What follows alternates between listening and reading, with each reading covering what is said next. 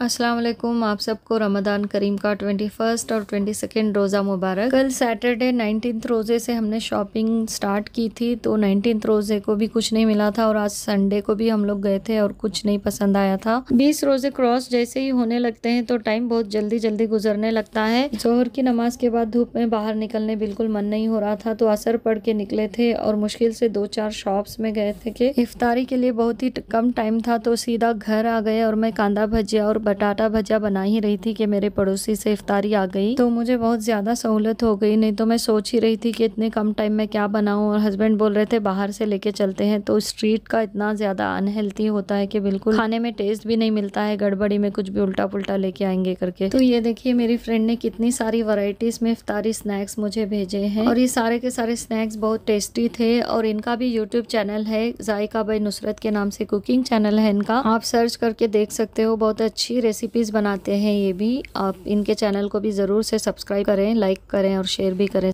तो आज कोई स्पेशल वीडियो नहीं है, कोई रेसिपी भी नहीं बना पाई, बस घर में जो सहरी का था बनाना वो बना के घर के थोड़े बहुत काम करके निकल गए थे। और ये बाकी की चीज़ें भी आपको दिखा देते हैं। ये सारी चीज़ें भेजे थे, कस्टर्ड का डेजर्ट भी भेजे थे इन्होंने साबूदाने के साथ में, इस तरह से बना के, बहुत टेस्टी और यम था। और साथ में चना मसाला भी बनाए थे, और ये सारी चीज़ें उनकी मुझे बहुत ज़्यादा पसंद आई थी। और माशाल्लाह मेरे पड़ोसी बहुत अच्छी अच्छी वैरायटीज़ पूरा रमज़ान मुझे खिलाए हैं, और मैं कैप्चर नहीं कर पाई, मुझे ध्यान में ही नहीं था कि वो भी आप लोगों के साथ शेयर करना है। तो आज मैं ये शेयर कर रही हूँ। मुझे ख्याल आया कि मुझे कोई ना कोई व्लॉग तो बना के डालना ही है इस वजह से। और साथ में हमने ये फालूदा बना लिया था जो रेगुलर हम बनाते हैं, और उसकी टॉपिंग हमने आइसक्रीम से करके खा लिए थे। और फिर नेक्स्ट डे 21 रोज़े के दिन मैंने पूरी रेसिपीज़ बनाई थी 2 वैरायटी में। तो आज मैं जोहर से पहले ही किचन में आ गई और सारी प्रिपरेशंस कर रही हूँ, क्योंकि मुझे आज स्ट्रॉबेरी क्रश भी बनाना था। क्योंकि स्ट्रॉबेरी का सीज़न ऑफ होने वाला था, इसलिए मैंने ज़्यादा क्वांटिटी में यानी 1 किलो जितनी स्ट्रॉबेरी यहाँ पे फ्रीज करके रखी हुई थी। तो अभी रमज़ान ख़त्म होने को ही है, तो सोच रही हूँ स्ट्रॉबेरी का क्रश बना के रख देती हूँ, तो इंस्टेंटली हम मिल्क शेक बना के पी सकते हैं स्ट्रॉबेरी का। अगर कहीं बाहर जाना हुआ और लेट हो गया कल की तरह, तो इंस्टेंटली बना के इसको पी सकते हैं। ये सोच के ये स्ट्रॉबेरी कटिंग करके रख रही हूँ। इसकी रेसिपी आपको आने वाली वीडियो में मिलेगी। स्ट्रॉबेरी क्रश इतना ईजी और सिंपल होगा, ये आप बिलीव नहीं कर पाओगे। ये आप नेक्स्ट वीडियो देखेंगे तभी आपको मालूम पड़ेगा। और साथ ही साथ मैंने यहाँ पे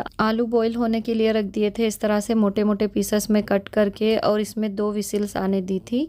तो ये गल के रेडी हैं। अभी इनमें हम बनाएंगे रशियन कटलेट्स। तो हम दोनों माँ बेटी के तो कपड़े लेने के लिए वो चक्कर काट के थक गए 2 दिन, और बोल रहे थे कि कम से कम जेंट्स के आज कपड़े ले लेंगे, यानी मेरे बेटे के और हस्बैंड के तो आज ले लेंगे, और हमारे पता नहीं कब मिलेंगे और कहाँ मिलेंगे। वैसे मेरे 2-3 फ्रेंड्स तो हैं जो कपड़ों का बिजनेस करते हैं, लेकिन उनके पास डिजाइनर मटेरियल्स होते हैं, रेडीमेड्स तो नहीं मिलते हैं, और 1 हफ्ता 10 दिन में कोई सीने वाला रेडी भी नहीं होगा। ये सब पूछताछ करने के लिए भी मेरे पास टाइम ही नहीं मिल पाता है। और बेटी के एग्जाम्स चालू है, तो उसका पूरा दिमाग पढ़ाई की तरफ ही है, और बोल रही है उसको रेडीमेड्स ही लेना है, और बाहर मुंबई से जा भी नहीं पा रहे हैं उसके एग्जाम्स की वजह से, तो समझ में नहीं आ रहा है। नहीं तो हम लोग सेंटा क्रूज या बैंड्रा या फिर अंधेरी से तो हम आराम से पिक कर लेते। देखते हैं, जैसे तैसे तो करना ही पड़ेगा, या फिर मटेरियल्स ही लेके सिलवाना पड़ेगा, जैसा भी होता है देखेंगे इंशाल्लाह। और साथ ही साथ यूट्यूब व्लॉग्स या फिर रेसिपीज भी मुझे बनाना है, क्योंकि मेरा टास्क है और कंप्लीट करना रहेगा। तो आज जो मैं वेज चिकन कटलेट्स बना रही हूँ, ये पूरी की पूरी वीडियो बताऊंगी तो बहुत ज़्यादा लंबी हो जाएगी, इसलिए नेक्स्ट वीडियो में इसकी भी रेसिपी शेयर करती हूँ। और ये स्ट्रॉबेरी सिरप बहुत ज़्यादा टेम्पटिंग बना था और बहुत ज़्यादा काम आने वाला है। आसानी से आप इस तरह से मिल्क शेक बना के तैयार कर सकते हो। और नेक्स्ट डे 21 रोज़े के दिन मेरे बेटे ने मुझे सपोर्ट किया था सारे फ्रूट्स की कटिंग करने में, तो मेरे लिए बहुत आसानी हो गई। और आज बस ये बाहर से स्नैक्स लेकर आ गए थे, यही खा लिए थे, क्योंकि उन लोगों के, मेरे हस्बैंड के और मेरे बेटे के